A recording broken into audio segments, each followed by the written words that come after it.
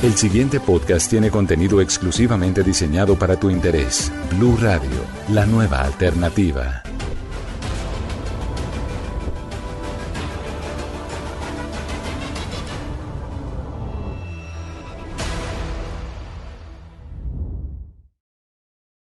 Muy buenas noches.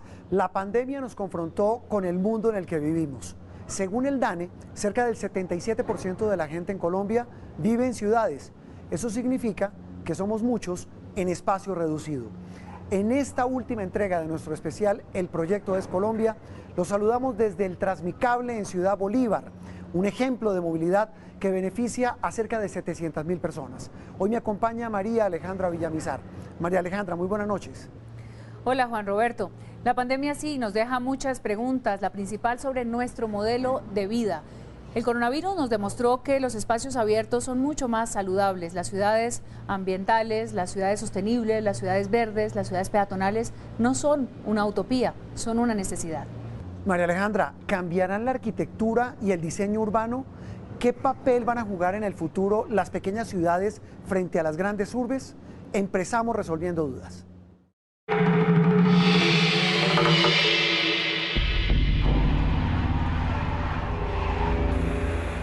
Las ciudades han sido moldeadas por enfermedades contagiosas durante cientos de años. La tuberculosis o el cólera, por ejemplo, se propagaban en espacios cerrados, polvorientos. Los virus estaban dentro de las casas y en las calles sin alcantarillas. La arquitectura se encargó de proponer ventanas abiertas en colegios y hospitales, sanear las calles.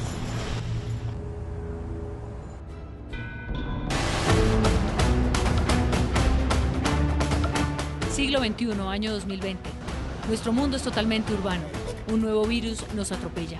Pero de repente las ciudades están vacías y las casas llenas. ¿Cómo enfrentar este desafío? España es uno de los países más golpeados por la pandemia. José Antonio Granero fue presidente del Colegio de Arquitectos de Madrid y Vicente Guillart, un vanguardista arquitecto valenciano. Con ellos indagamos si en las ciudades europeas el cambio ya comenzó. El mundo está en un proceso de urbanización como no lo ha estado nunca. De hecho, si vemos los números de Naciones Unidas, dicen que para 2050 el 70% de la población mundial, que entonces serán 9.800 millones de personas, vivirán en ciudades. Eso quiere decir que se va a construir el equivalente a una ciudad de 5 millones de personas cada mes en los próximos 30 años. Es decir, que el reto en realidad, y esto planteamos con nuestra propuesta, también es cómo hay que seguir construyendo ciudades, cómo hay que seguir urbanizando, porque si lo hacemos como se hacía en el siglo XX, el mundo se colapsará. El cambio climático se acelerará. En las ciudades el cambio es constante, en cualquier caso, es la esencia de la ciudad es cambio permanente. Yo creo que frente al miedo generalizado que hay, yo creo que lo primero es que no debemos subestimar la capacidad del ser humano de recuperarse, ¿no? De manera que yo, en general, durante estos meses, frente al miedo y toda la tentación que hay de catástrofe y de horror con la pandemia y con el COVID, yo lo primero es lanzaría un mensaje de esperanza. Una esperanza para asumir que el ser humano crea los espacios donde habita. Y por eso la transformación de la vivienda es la primera tarea. Lo que se viene entonces es una gran remodelación global, digamos, el mundo entero va a entrar a pensar en sus casas y estaremos asistiendo pues a un proceso compartido ahí sí de renovación de casas y renovación de espacios.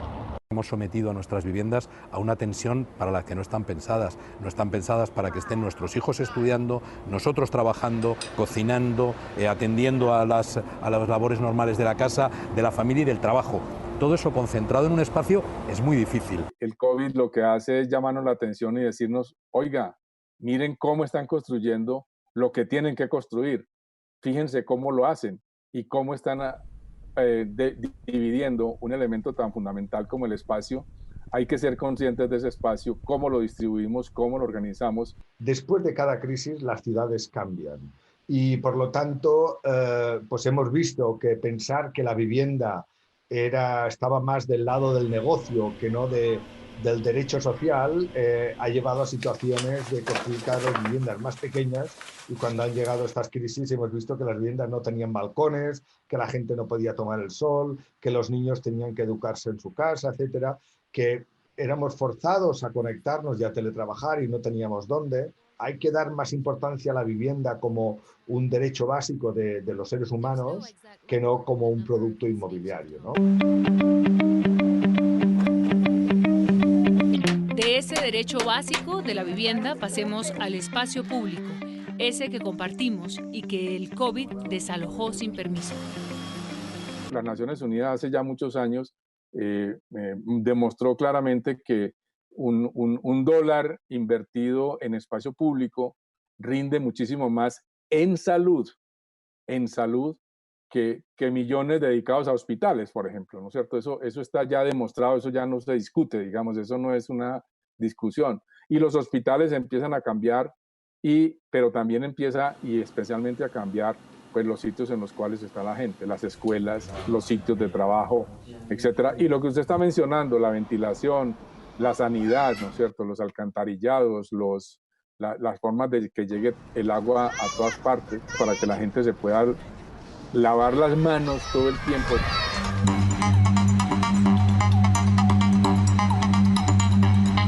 Antes de la pandemia existía el modelo de la ciudad centrada en la movilidad y ya empezaba a preocuparse por el daño al medio ambiente y por el conflicto que hay entre los que tienen y los que no tienen.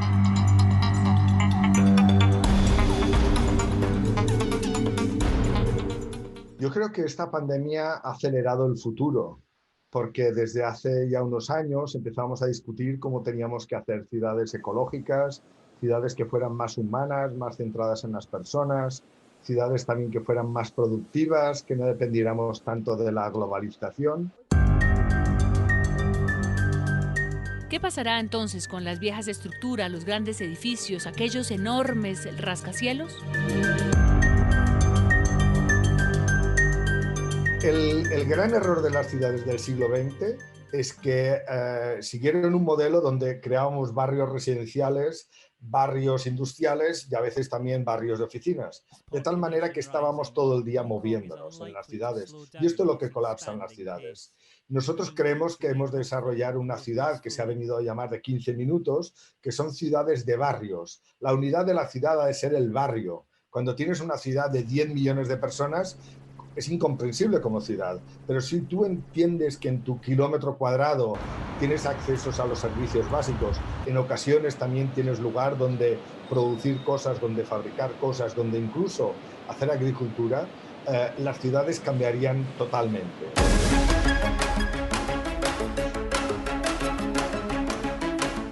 Vicente Guyard construirá viviendas post-COVID. Las viviendas Quimo, en una zona de crecimiento urbano cerca de Pekín, la ciudad autosuficiente, así la ha llamado.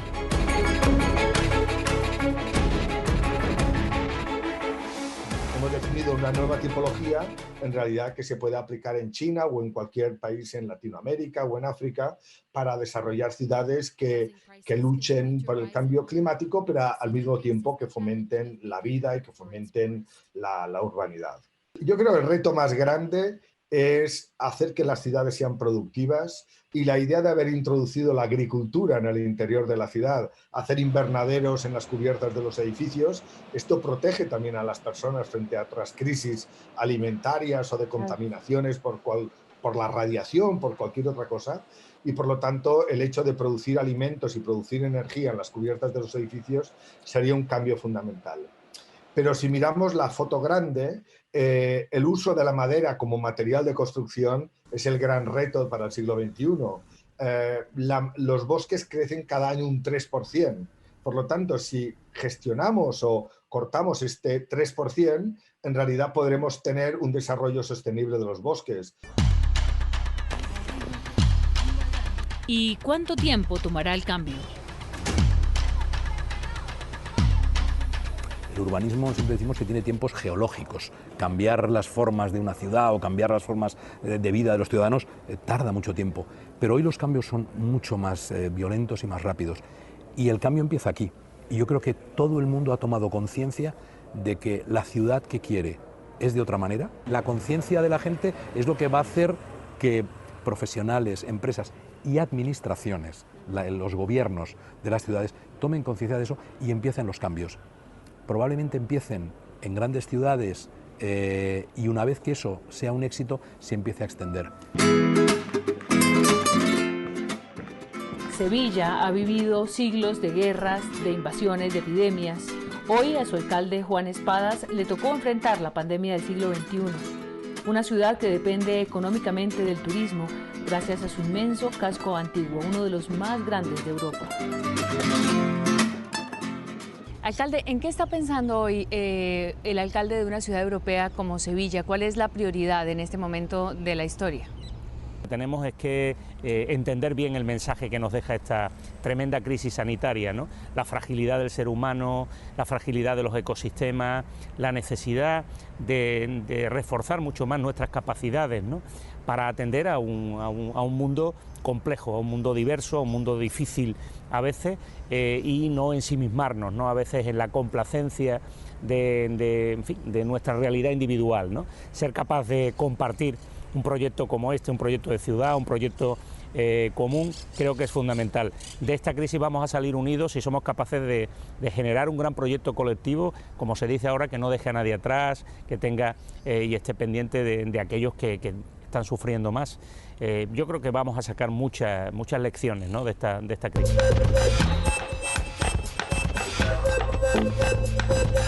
Estamos construyendo las claves para el nuevo pacto de convivencia y será la arquitectura y el desarrollo urbano los que nos muestren el camino para lo que nos está desafiando como humanos, cómo encontrarnos los unos con los otros en ciudades de vida.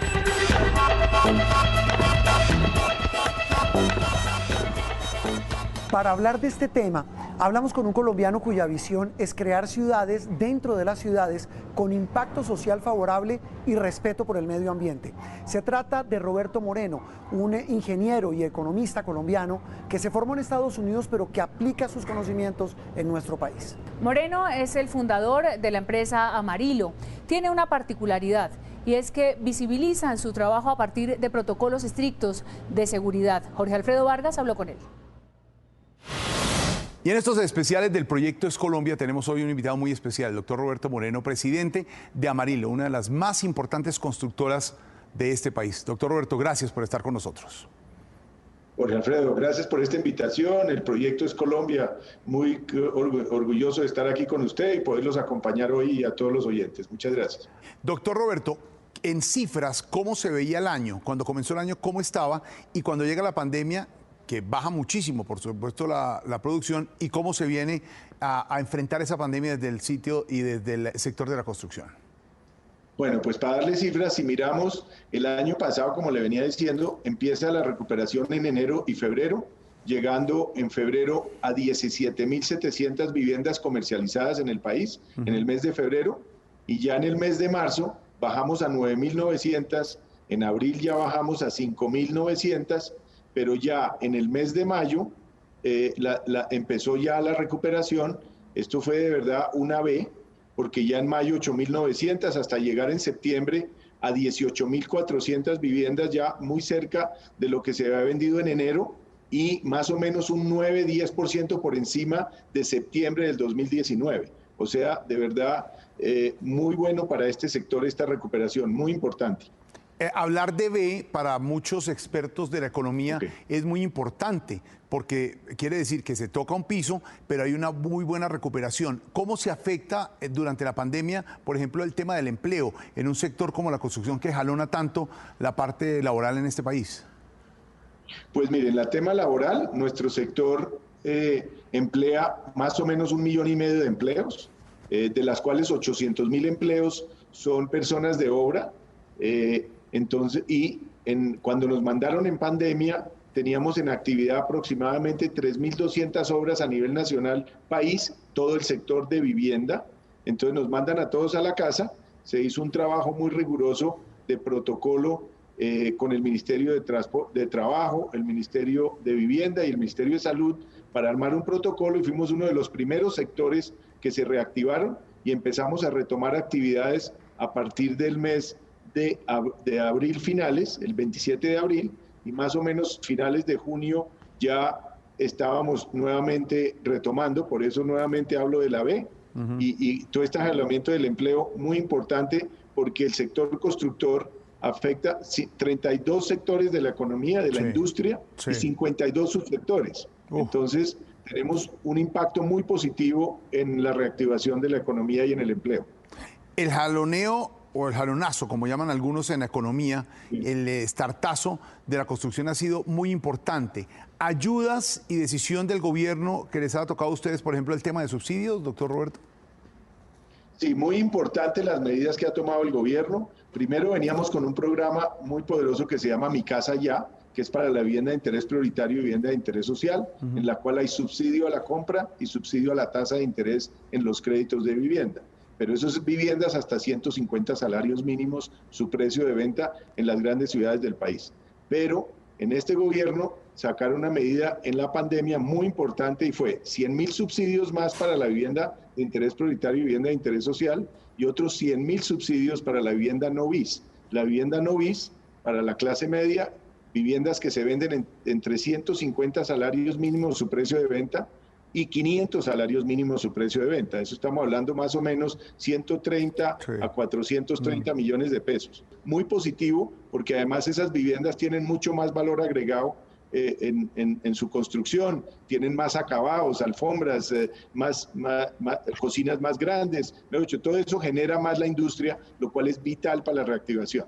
Claro, la reactivación en subsidios que hace que, por supuesto, la gente compre vivienda, adquiera vivienda, eso genera empleo y genera la reactivación de sectores tan importantes como la construcción en este momento de emergencia y de pandemia.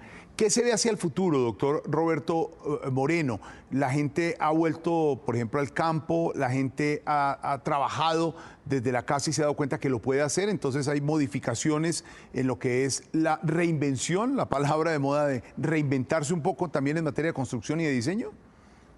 Sí, yo creo que lo que nos pasó hoy, si miramos, volvámonos a marzo. Nos vamos sorprendidos todos a la casa, todos sin saber realmente qué estaba pasando, y uno su vida la desarrolla en 3 espacios, que es su vivienda con su familia, su sitio de trabajo y sus compañeros de trabajo, y el esparcimiento que es con sus amigos, amistades, familiares.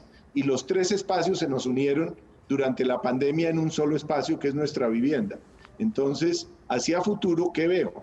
Que el esparcimiento volverá y cuando venga la vacuna y saldremos y interactuemos, que además es muy importante para nosotros como seres humanos. Lo mismo las oficinas no van a desaparecer, allá se construye la confianza, el trabajo en equipo, eso es muy importante para las personas.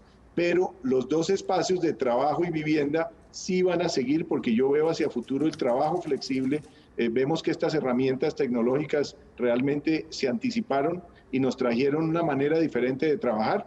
Viviendas más verdes, viviendas más árboles, viviendas con espacios para poder trabajar, lo que usted dice, sí habrá que ir a la oficina, pero hemos aprendido también a trabajar gracias a la tecnología. Tecnología que también ha sido factor fundamental para el desarrollo de este sector de la construcción y de la vivienda en estos tiempos, ¿no, doctor Roberto? Sí, Jorge, yo creo que el tema de la tecnología nos anticipamos unos años hacia acá, porque nosotros, por ejemplo, desde Camacol y Amarillo y varias de las empresas del sector, venimos trabajando con un sistema de trabajo que se llama BIM. Con este sistema de trabajo y con las herramientas que hoy hay, cada uno puede trabajar desde su casa o desde su oficina y fuera de eso hay menos reprocesos. Hemos implementado la venta virtual, podemos hacer una invitación, por ejemplo, en el caso de Amarillo, podemos invitar a la posible familia que quiere comprar una vivienda, se le hace una cita virtual, se le hace un recorrido en 360 por el apartamento modelo, se le muestra la vista del apartamento, las amenidades, todo, claro. Todo por medio digital. Entonces, Jorge, si usted va y visita una sala de ventas o pasó por un proyecto, le gustó, puede volver a su casa, se sienta con la familia, hacen una cita y pueden hacer todo el proceso virtual. Ya para terminar, doctor Roberto, en cifras, ¿cómo piensa que puede terminar este año y para el año entrante cómo se ven las cosas? Este año, pues yo creo que vamos a cerrar un año, sobre todo en vivienda de interés social, veo un crecimiento muy importante, vamos a estar muy por encima del año pasado. Y lo mismo el no bis, también ya con esta medida de las 100.000 subsidios, y la reactivación en las ventas muy positivo. Para la industria muy positivo porque lo que estaba vendido se está construyendo ya nuevamente y las preventas van a generar actividad no solo de mano de obra y de actividad en el sector, sino también de toda la industria en general. Pues doctor Roberto Moreno, presidente Marilo, gracias por haber estado en este especial de Noticias Caracol. El proyecto Es Colombia y con una visión positiva, optimista en el sector de la construcción. Bueno, Jorge, nuevamente a usted y a todos, mil gracias por esta invitación y espero verlo pronto. Muchas gracias. Gracias, señor. Un abrazo. Los espacios públicos, las vías públicas, los sistemas de transporte, las zonas verdes son la clave del futuro de las grandes ciudades. Juan Diego Alvira aterrizó el tema buscando en qué estamos en materia de movilidad y de infraestructura urbana.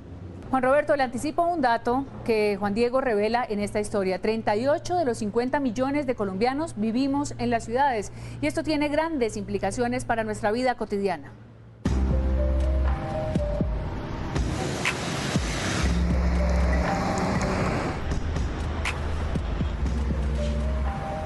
Colombia pasó de ser un país principalmente rural a uno urbano con lo bueno, regular y malo que eso significa.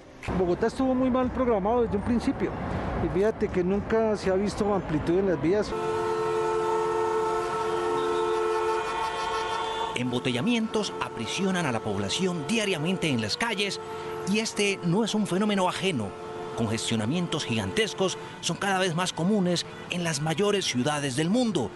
Paradójicamente, aunque cuesta decirlo, a este ajetreo diario, la pandemia le dio un respiro y en la época más fuerte de la cuarentena, las ciudades quedaron casi vacías. Gradualmente se reactivó la vida pública y no tardó mucho en reaparecer el mismo bullicio y desorden de siempre, solo que ahora en una rara normalidad que también forzó y aceleró cambios en la manera de movilizarnos mientras dura la pandemia. Las ciudades del futuro deben ser pensadas en la gente y no en los vehículos. Si hace 25 años hubieran hecho esta ciclorruta de la carrera séptima, muy seguramente desbancan al alcalde de turno que estaba en ese momento. Uno, porque no había ciclistas. Dos, porque estábamos acostumbrados incluso a parquear encima de los andenes. En Colombia, las 3/4 partes de la población vive y en otros ciertos casos sobrevive en las 13 ciudades más importantes del país para que vayamos entendiendo la dimensión. Los datos son abrumadores. De los 50 millones de habitantes que tiene Colombia, por lo menos 38 millones hoy se concentran en las grandes cabeceras distritales y municipales, según las cuentas oficiales del DANE. Hay que decirlo claramente, ninguna ciudad del país, ni siquiera del mundo, estaban preparadas para recibir tanta gente buscando oportunidades y en nuestro caso huyendo de la violencia. Así nacieron barrios enteros que rápidamente se volvieron comunas o ciudades dentro de las grandes capitales, sin ninguna planificación, como la localidad de Ciudad Bolívar en el extremo sur de Bogotá, que tiene más de 600.000 personas, casi la misma población de Bucaramanga. Esta localidad es la representación del urbanismo hecho desde la informalidad, de muchos migrantes que vinieron de otras partes del país, que vinieron desplazados por la violencia y que se ubican acá.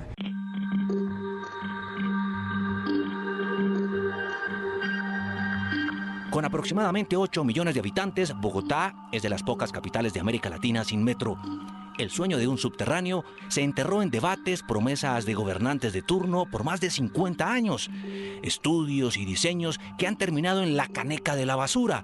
Solo hasta 2020, tras muchos ires y venires, por fin se logró firmar el acta de inicio de un metro elevado, cuya primera línea sería una realidad si nada inesperado se atraviesa por allá en el 2030. Porque en Colombia nos acostumbramos a saber cuándo se adjudican los contratos, pero no cuándo empiezan las obras, ni mucho menos cuándo terminan. Ojalá esta vez la historia no se repita. Una línea de metro no es la solución, así como una troncal de Transmilenio no es la solución.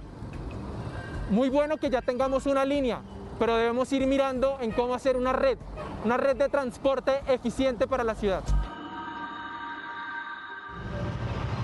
Como las cosas hay que decirlas como son, a finales del año 2000 el transporte público de Bogotá tuvo un entusiasta revolcón.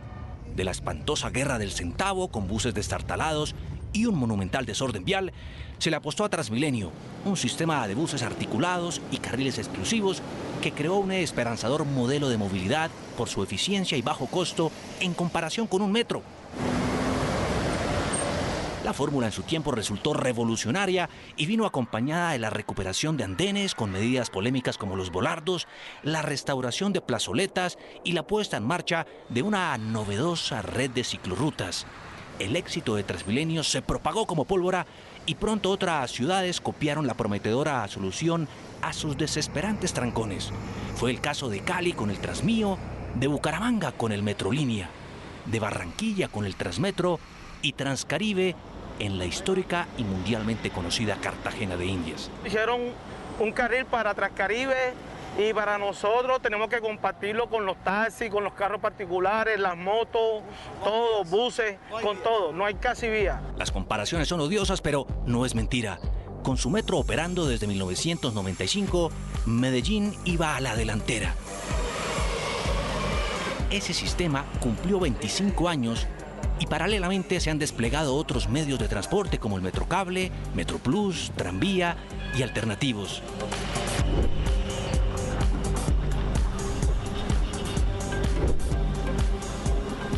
Bogotá y otras ciudades también han mostrado grandes avances.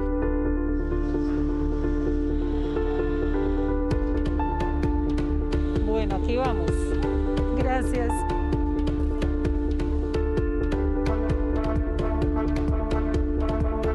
Es un proyecto que genera sostenibilidad y apropiación. Ahorra uno tiempo, más rápido. Del teleférico de Monserrate al Transmicable de Ciudad Bolívar.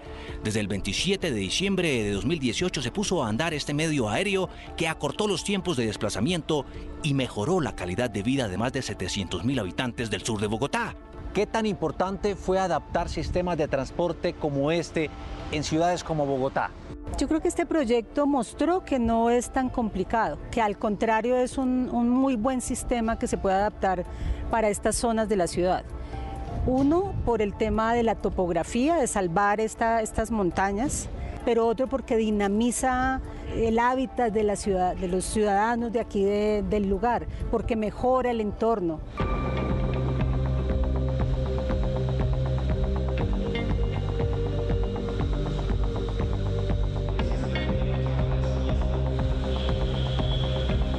Transmicable está conectado a la estación de Transmilenio del Tunal, que a la vez cuenta con un cicloparqueadero, y este desemboca en 540 kilómetros de ciclorrutas esparcidos por toda la ciudad, con sus infaltables pros y contras que ya todos conocemos.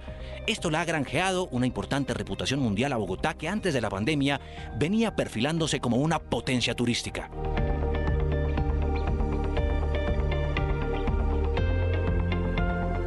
Aunque ustedes no lo crean, la ciclovía dominical atrae. Decir o reconocer el espacio que hay para la bicicleta, hay gente que viene a mirar esto. Para que tengan solo una idea, Bogotá fue visitada en 2019 por más de 20 millones de turistas extranjeros y nacionales, según el Instituto Distrital de Turismo. Pero hay otras ciudades que también son las de mostrar y que atraen muchas divisas poniendo dinero en el bolsillo de los colombianos. Pero para que Colombia atraiga a más turistas, es fundamental mejorar la infraestructura y el transporte. Cartagena tiene una gran deficiencia, como muchas ciudades del país. Los sistemas de buses rápidos, como Transmilenio, no son económicamente sostenibles en estas ciudades, porque la gente tiene acceso a una moto. Fueron más de 41 millones de pasajeros los que usaron el avión para transportarse el año pasado en Colombia, según la Aeronáutica Civil. El aeropuerto internacional El Dorado se ha modernizado, pero parece irse quedando corto frente al incremento frenético de viajeros, imponiendo grandes retos de expansión. Mientras tanto, en el transporte terrestre, los sistemas de buses han quedado frenados o a medias por disputas burocráticas y falta de continuidad en las políticas públicas, deficiencias que le han dado paso a otros medios de transporte como motos, bicitaxis y patinetas eléctricas.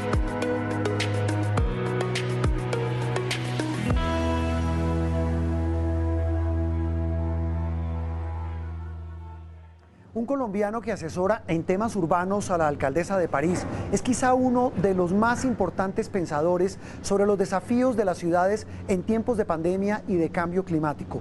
Se trata de Carlos Moreno, director científico y catedrático de la Universidad de Sorbona.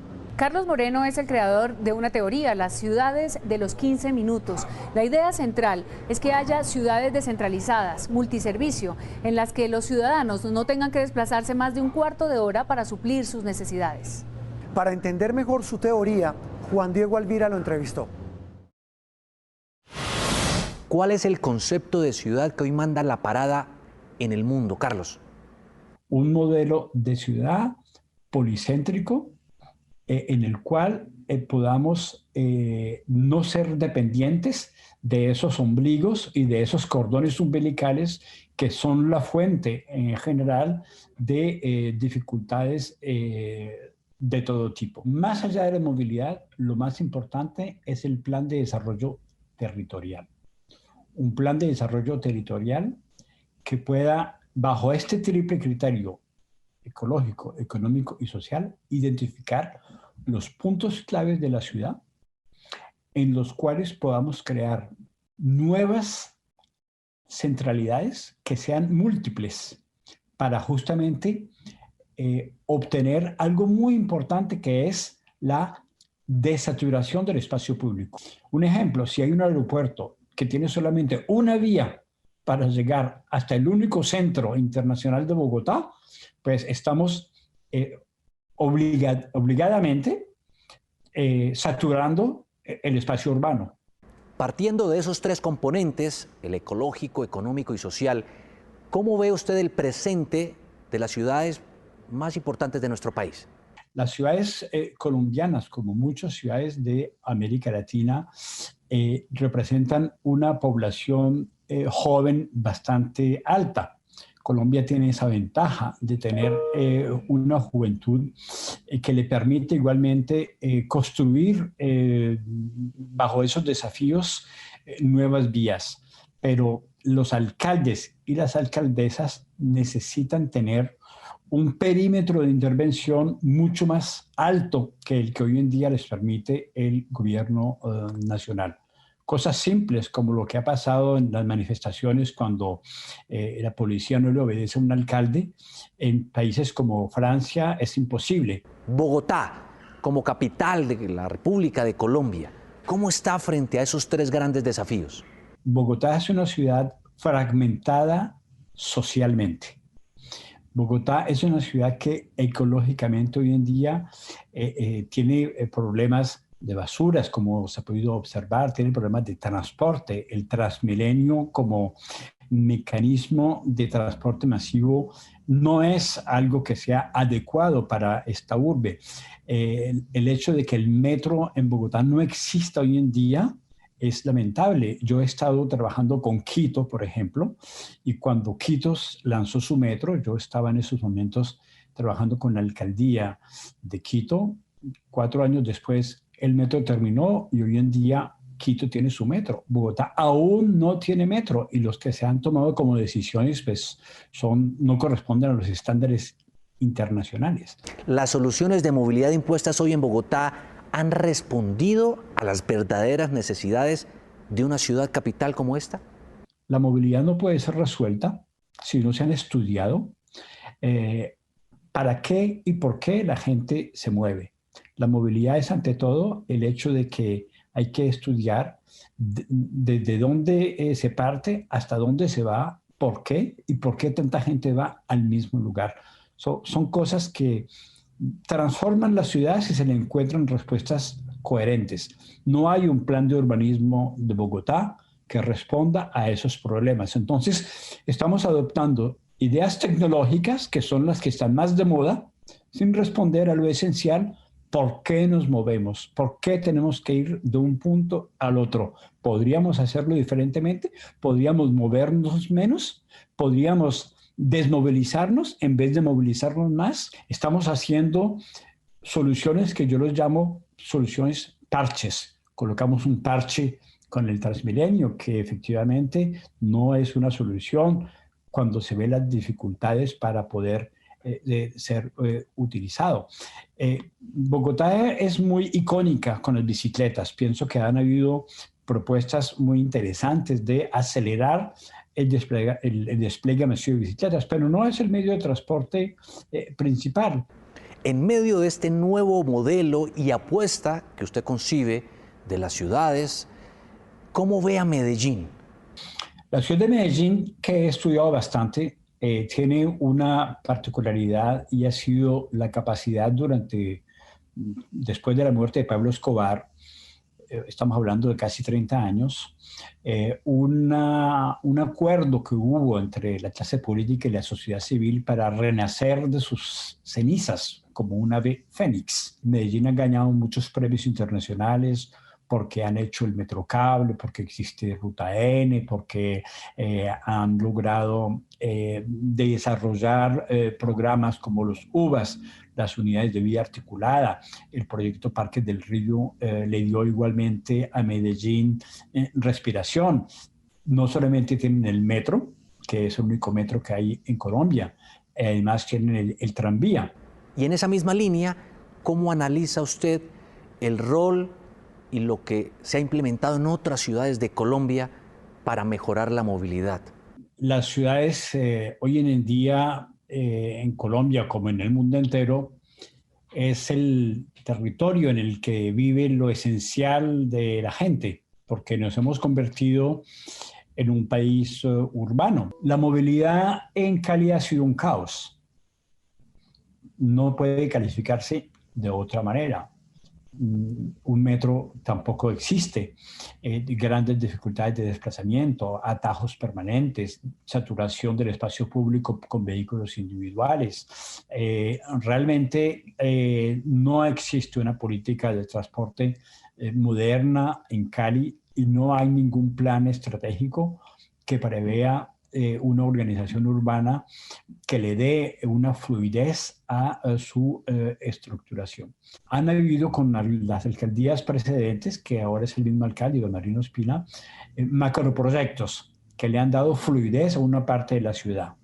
Pero pienso que falta todavía mucho trabajo para realizar una ciudad descentralizada policéntrica. La dificultad de Cartagena, pero lo podemos aplicar a las otras ciudades de Colombia, sigue siendo esa segmentación social tan grande, en particular con las clases populares, con la gente pobre, con la negritud igualmente, porque son varias Cartagenas que coexisten. La Cartagena turística, la Cartagena de los grandes hoteles, la Cartagena de los paseos en carroza de caballos, la Cartagena de las playas. Eso es una Cartagena. Pero tenemos igualmente esa Cartagena de gente pobre, de gente excluida, de gente con menos de $2 por día, sin agua potable, sin principios básicos. Pienso que eso es inherente a esa dificultad de crear en Colombia ciudades inclusivas, ciudades para todos. Carlos Moreno, toda una autoridad para hablar de urbanismo, de arquitectura, de movilidad. Nada menos y nada más que detrás de uno de los conceptos más revolucionarios de ciudades, las ciudades de 15 minutos, subciudades dentro de las grandes ciudades, y le habla al oído a la alcaldesa de París. Es su asesor de cabecera en todos estos temas. Muchas gracias por estar con nosotros. Muchas gracias por sus palabras y encantado de estar con la audiencia colombiana. Ya está. Y con este capítulo Ciudades e Infraestructura damos por terminado nuestro especial El Proyecto es Colombia, cuyo objetivo era buscar salidas a la crisis social y económica que nos deja la pandemia en todos los campos de la vida. Esperamos haber aportado en la reflexión sobre nuestro futuro. Las soluciones están en manos de todos. Una feliz noche y gracias por acompañarnos. Para más contenido sobre este tema y otros de tu interés, visítanos en www.bluradio.com. Blu Radio, la nueva alternativa.